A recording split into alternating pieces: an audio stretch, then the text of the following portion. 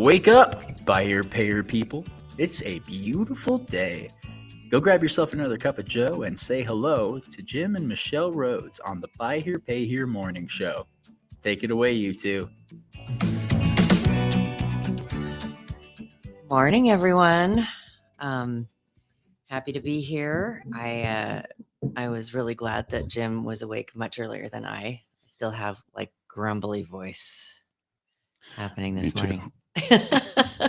Grab yourself a cup of coffee, and I'm happy to have you here today. It's White Hat Wednesday, so we'll be talking a little bit about that. But just wanted to remind everybody a couple little things because we always do announcements at the beginning. So if there's we might add other things that are just kind of part of the stuff. But we've got TIADA coming up. Those of you who might be able to make it, they absolutely will.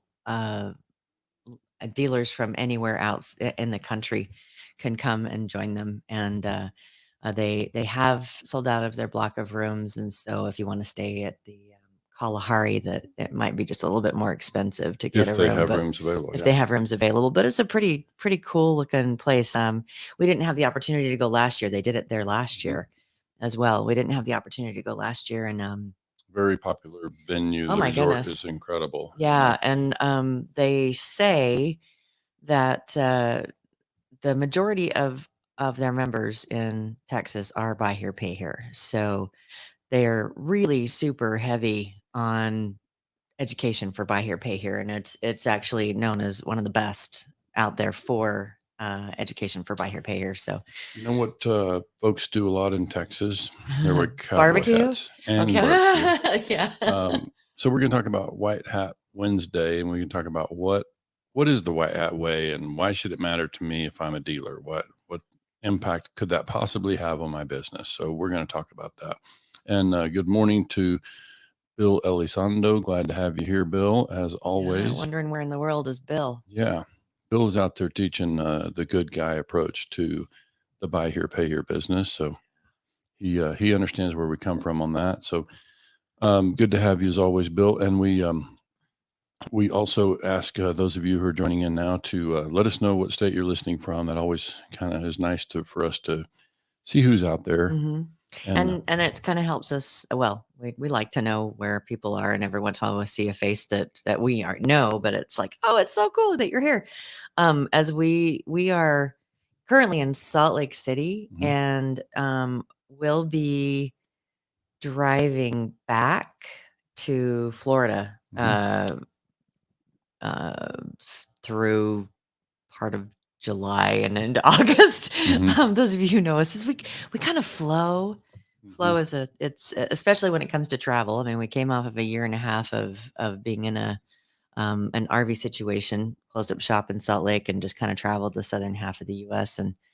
But we will be driving back. So those of you who are on the southern half of the country and in some of the major ports that we may be swinging through, let us know, and we'd be happy to swing by and say hello and get to know you and maybe even answer a few questions. Right. So we'll be working our way to TIADA by car from Utah. Some family stops, and happy to stop in on some dealerships, and then after TIADA, working our way back to Florida. So Yeah, late absolutely. July, early August. Bill, it looks like he's doing the smoked old fashioned tour. Excellent. I don't know whether to be happy or offended. No, you can be happy for Bill. I'm happy for Bill. I tried to order one without Bill last night. Oh, so. That's true. Okay, so in all fairness, that's true. Right. Yeah, I was like the offended part, Bill, was because darn it all. You know how much we love those. Spread the word. You can spread our love of those beverages. Oh my gosh. If you have never had a smoked old fashioned, great experience. If you like an old fashioned, if you like bourbon, if you like an old fashioned, you should really find a place that does a smoked old fashioned. And if they do it well, there's no going back. Yeah, it's a nice treat. It absolutely is. Why are we Okay. talking about alcohol so early in the I morning? I haven't even talked about have no idea. Bill started it. Yeah. No idea, but yeah. Yeah. Yeah. So back to the White Hat Way. So we're sleepy this morning. Oh So my some of you are gosh. going to be listening saying, Jim, could Uh, he be having a stroke? And no, I'm not. I'm fine. I'm just tired. Well, So we had a lovely dinner last night with a colleague of Jim's from uh feels like a lifetime ago, but it wasn't a lifetime, a few years back. And just met with him to talk about what it is that we're building and doing. And we're crossing our fingers that there may be an opportunity for him to join us on this journey. And really, really fantastic guy. And we're hoping that we can make him part of the team. make him part of the, or yeah. And Yeah. he seems pretty jazzed about it, about what it is that we're trying to do and what our why is. Yeah. And I really enjoy meeting people that want to make the world a better place and want to make the human experience better. Right. Regardless of what socioeconomic background you come from, for what country you come from, What like industry you're in. what industry you're in. And yeah. so he's a guru in helping build things too. Yeah. So And storytelling. And So storytelling. yeah, that's part of what is happening with us. But basically, this idea of the White Hat Way is kind of core to what Michelle talks about, our why, which is our purpose, kind of what motivates us to do what we do every day. And so this White Hat Way, which you can read about it, we've mentioned before. If you go to the BHPH Institute, which is bhphinstitute.com, you'll see a tab there called White Hat Way. There's a couple of paragraphs that explain what the White Hat Way is all about. But in short, it's sort of it's helping folks understand why we think the quote unquote good guy or good girl approach to the business is important to talk about, because we see, and I've got old articles on this subject from way back, is like we see that in this space of poor credit financing, when you've got a poor credit consumer that we're providing financing for, too often on the collection side of the business, and really the entire customer relations side of buy here, pay here, we see far too much punishment or punitive actions, but not enough reward. So if you just go back to your psychology 101 and human behavior, and you can read about child behavior, you can read about dog training, you can read about all these things that are about behavior, and you'll find that reward is as important as punishment, can be more so. So here's my argument for that. If we are able to affect positive results with our consumers, with our customers in buy here, pay here through rewards instead of punishment, then I think we can all see immediately how that's going to affect the relationship between the collector and the customer, the customer and the dealer, the collector and the dealer. I mean, it just makes for a much better environment. It makes for much greater morale. It means customers staying with us longer. It means employees staying with us longer. So we just think it's really important to talk more about this idea of, bringing the good way, or the white hat approach to everything that we do, but in particular the collection side, because that's where we have the long relationship. That's where we have years of interaction with this customer. And we do know that it's important to help retrain this customer, right? So they've developed bad habits, and some of that's because they financed elsewhere.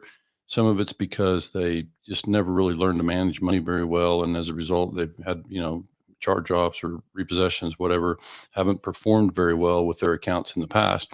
And so that's why it's important for us to start to recognize, we just don't talk about it enough in this segment. Like, we just need to recognize that when we can begin to incorporate rewards, and we should happily pay for that, because it is going in the pockets of, and whatever, it doesn't have to be cash either. It can be other kinds of rewards, but we basically, there was some conversation out there on Facebook in the last few days about that idea of, what kind of rewards work. We've seen lots of different things work. I always say it's limited only by your creativity and your budget. Absolutely. find ways to, make the customers recognize them for doing, sometimes it's just a verbal, Yeah. when they make their payment, hey, thanks for getting that payment in on time. How many of us Yeah. just do that? Yeah. Talking about we've not really dived a lot into the customer side about, the customer profile on the show, but I have mentioned a couple of times, and it's worth mentioning again, that I had the opportunity with the client to do first rounds of interviews for a position that they had, and it was for what we encourage them to call as finance associates and not salespeople, because it's like, everyone knows buy here, pay here is very different from regular retail sales, used cars. But I had the opportunity to interview. We sent out to their customer base, and I just took a few minutes and asked them questions like, "Hey, are you a customer here?" And yeah, and it was interesting to hear that. Yeah. Like, am I in trouble or something? It's like, yeah. I said, so, tell me about why you think that people need buy here, pay here. What do you consider is the reason why people are in a position to need a buy here, pay here? And it's was predominantly because I was never taught.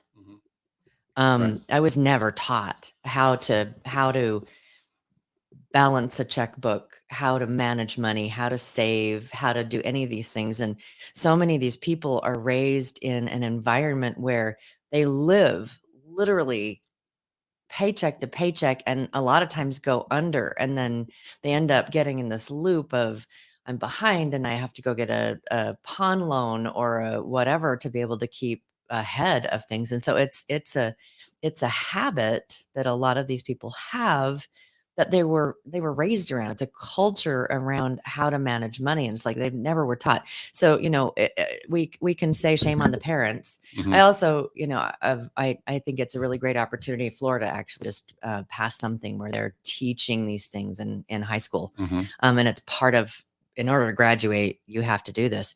So a lot of these people don't have the slightest idea how to do these things, and so when you think about it, um, it's kind of like you have to reteach them, Yeah. but you have to, and so you think about your experience with other humans that you've had to teach Mhm. how to shift their or change their behavior Right. or mindset. And it really does. I mean, that whole idea of reward and punishment. Let me ask you. I mean, you don't want to equate buy here, pay here customers to like your kids, Mhm. but with your kids, you're trying to teach them things before they get into the world of adulting. And Mhm. so we're just having to go back and teach people that are a little bit older those same kinds of principles. And when you think about what has been the most effective way for you to teach your kids and really kind of get the thing drained in, or drilled into them, um, eh, there are there are so many psychology books out there that talk about reward. And it's not that you want to just like give the, oh, it's not the trophy reward, it's not the whatever reward, because I hear a lot of people, it's like participation reward. It's rewarding small things, small incremental improvements, and giving them a carrot that is attainable. Yeah. That's not like, hey, if you make your payments on time or pay off early, that will give you that can work as having something that's towards the end. Mhm. But we know most of these people don't think Sure. past a month or 3 months Mhm. or things like that. And so, having something that can be incremental, kind of immediate, Right. and something that they can see other people benefiting from. There's a teachable moment in what you just Absolutely. said. So a couple times in what you just described there, you used the phrasing "these people," and so I'm I think sorry. no, Yeah. no, I'm not picking on you as much as I'm just saying it's an opportunity, because we've had this come up with dealers, and I've Yeah. I've asked clients in the past, and so I think this is an opportunity in this context to talk about that, where it says, we say when we use phrasing like "these people," it sounds like there's some group of people that are separate from us, right? And so you get this sort of us and them thing happening. And I would just say we need to start replacing the phrase "these people" with "our customers." And now, Touche. it's like, now we start to recognize that customer is, many of us use the phrasing. It kind of makes me want to gag sometimes when we hear dealers talk about, come join our family. We just saw it at a big dealership that's a national group, and they couldn't have any kind of real relationship with their customers, but they call themselves, the dealership family. I'm like, it's hard. It's not my definition of a family. That's not the way, a family looks in my world. But, Yeah. but basically what I'm really trying to get to is when we start to think about our customers as, the same as us, different set of problems, we're on the same side of the table with them. If we can start to approach collections and customer relations in a way that they're not, it's not adversarial. They're not in a separate group from us. They're fellow humans in a different set of life circumstances. And when we can kind of shift our way of thinking about that, then that can kind of tie into this, white hat way. We can begin to better support the customer. And so again, what does any of this have to do with me as a dealer? It's about sustained long-term success. When we have good customer relations, then the customer can be successful. When the customer is successful and there's less of an adversarial relationship, then collectors and all the people working on the front line of your business have much better morale. They enjoy their work a lot more. And so again, we're working all the time to try to make the intangible more tangible, to make it where we can better understand, the impact. We just know that you'd almost never hear, or maybe said a different way, the dealers that you talk to that are decades in business, the Tommy Brandis of the world, those people that have been around for 30 years, they're generally still there because they're treating their customers well. And I think the smaller the market is, the more true that has to be. I love Tommy's philosophy about repos. Is like they don't talk about repos at all in the closing process. And I think that's really beautiful because you don't want to start a relationship with and you behave. This is, but you set we expect this and we expect this and we expect this and we expect this. But when he gets to a point where he has to repo, conversation goes, "Why'd you make me repo? Why'd you make me do that? I didn't want to do that. What? How can we get you back on track? But why'd you make me repo? Right. Not look, see, there's your consequence. Yeah. There's a couple of things I just want to make sure we point out, and we are in no way inferring that there should not be consequences to poor choices at all. But it's like, what are you leading forward with? How are you building a relationship? Because this is about relationship building with your customer. And I don't know about you, but I don't do very well in relationships where it's like, if you don't behave, I'm going to punish you. Right. And there's not a lot of trust. There's a lot of fear-based. And that can create where they don't want to call if they're having a problem, or and those whole scenarios where, well, this car, I'm having a problem, I can't afford to fix it, and instead of calling the dealership, and we actually have experience from Facebook chats about this with some customers and a client. So I have a car from another dealership, it's not paid off, it doesn't run, I need a new car, can you guys help me? And the first thing that went through our minds is, why aren't you calling the dealer that sold you the car to see how they might be able to help you? But it was like, I don't know. I can't get into the person's head, but obviously there wasn't the kind of equity in a relationship with this customer for them to feel like they could. Right. The relationship was damaged, broken, whatever, with the other dealer. So you'd want to turn that around and say, if that were your customer, what could be different? Like, take that scenario through and say, okay, imagine right now that one of your customers is out there on Facebook reaching out to a competing dealer. Because they want to leave, they want to leave your business and go do business with somebody else. They just need a car. They need vehicle. They need a transportation. Yeah. And so So what are the circumstances that put them in a place where Mhm. they feel like they need to go elsewhere? They can't resolve the problem with you.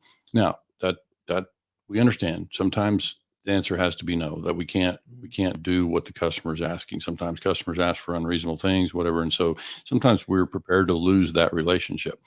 But if you just apply it to most situations, you think, what could we do differently? How could our relationship with that customer Mhm. be such that we would be working out the problem with them? They would be staying with us. And kind of ties back in always. I always end up coming back to this 10-year approach thing with, if we bring the 10-year approach to every dialogue with every customer, sales side, collection side, all of it, then we would hope that the nature of our relationship with the customer was such that they would recognize that there's not anything that would happen that can't be worked out. In fact, that was phrasing that I Mhm. personally used in my dealership when I met with a customer.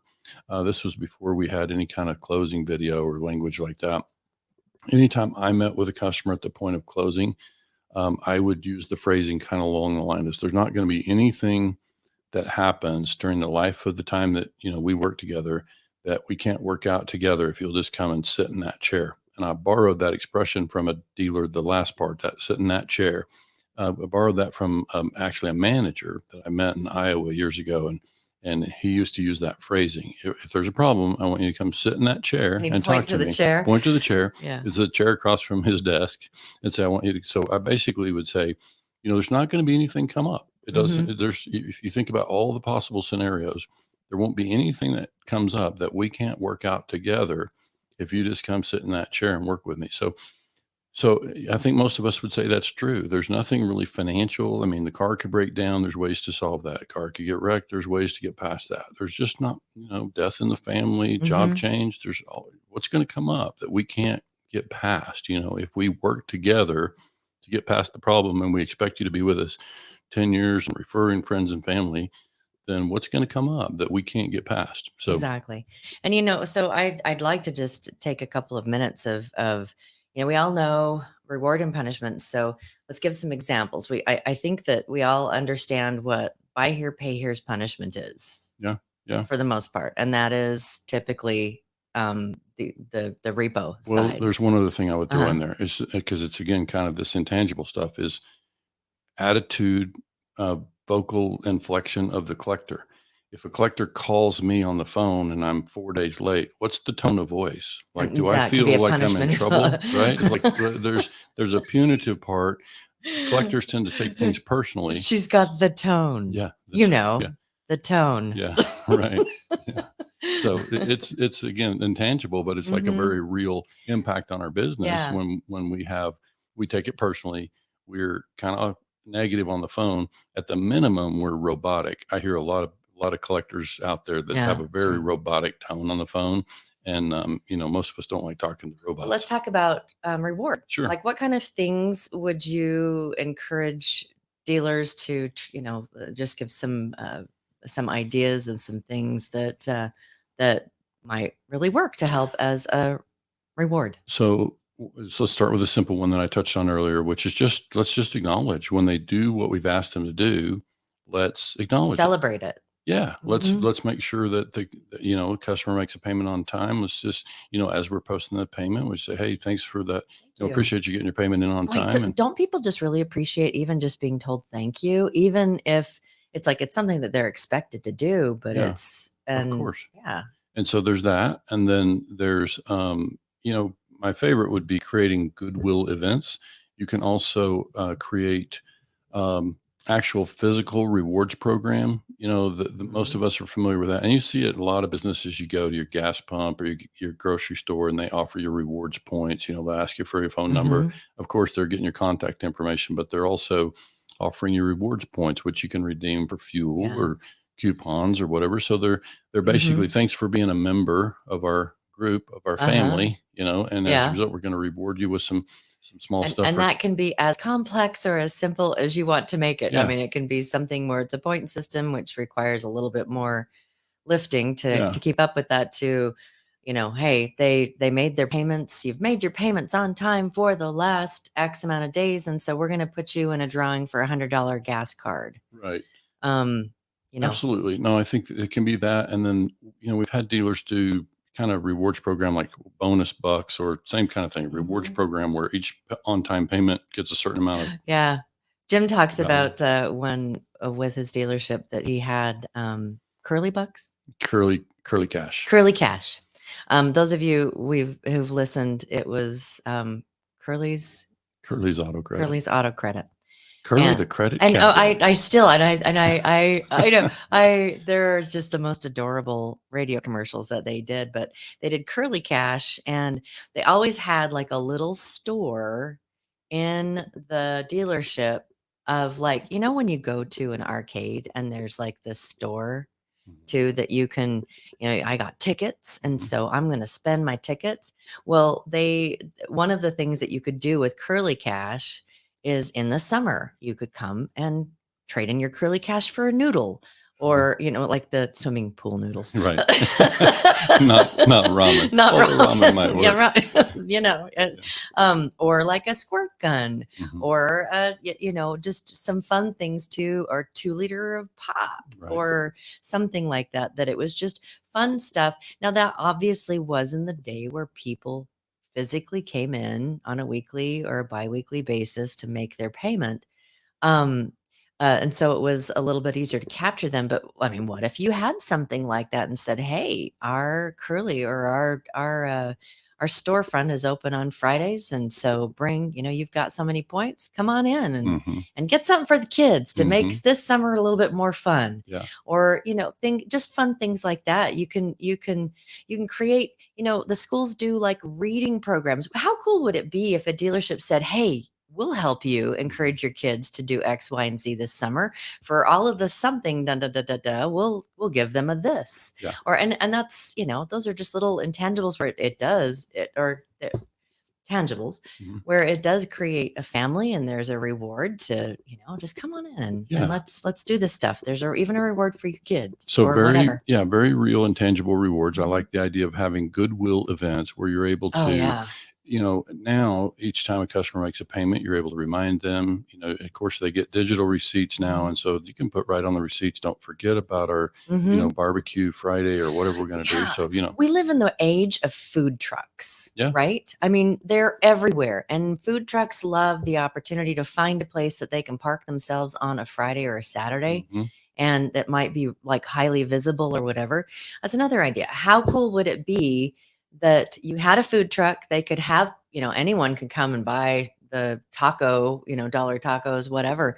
But if you're a customer, come on in and grab you can use your Curly bucks, whatever, to buy tacos for the family, Right. or even just doing the whole hot dog thing that we've encouraged people to do before. But you've without having to be the one to buy the food and cook the food and the da da da da da da, invite a food truck. Yeah, absolutely. It's an easy way it's an easy lift to be able to do that. It might take a little more cash out of your pocket to give your customers vouchers or coupons, whatever, to go, redeem for food at the food truck. But anything you can do, I mean, like, again, I think in person is great. You can create in person, and I think we all want to see the customers regularly, and we like to see the collateral. I mean, it sounds silly, but we really like to see the collateral and make sure.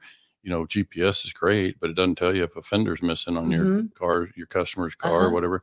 So, that reminds me, let's tease this subject for another day, but just that little topic alone makes me think about when I asked a poll. It's been more than a year ago. We asked a poll out there about, do you think of when your customer buys a car from you, do you think of it as your car or their car? So that's kind of a fundamental, philosophical, psychological thing that may affect our approach to collections. If I'm the dealer, do I think of it as you're driving my car or are you driving your car? So again, you can see how that kind of ties into what we're talking about here and kind of the philosophical part of that. But again, for today with our White Hat Wednesday, and you can expect when you tune in on Wednesday, we're going to have guests and we want to hear from our listeners. Let us know if you know somebody out there who is using these white hat, really engaging with their approach. Customers, and and is really demonstrating, kind of what we call this good guy or good girl approach in the business. If you know dealers that are doing that, by all means, send us a mention and let us know, who those folks are. We're setting out to shine a spotlight on those Yeah. folks. And so it's important that we, get to know them. We know many of them, but we certainly don't know, all the dealers across the country. And we would like to hear about those that are out there, kind of living the white hat way of business. Yeah, and I wanted to just give a shout out to Martin Gutierrez. He said good morning, but he came across as a Facebook user. So good morning, Martin. Yeah. Oh yeah. Yeah. I'm I'm having a senior moment for just a second. I'm gonna have to get a pillow, folks. I think we've got meetings starting in about 30 minutes, and I think I might take a nap. Yeah. So if you want to learn more about what the White Hat Way is for how the Octane Group, how Jim and Michelle view this, please get onto BHPHinstitute.com.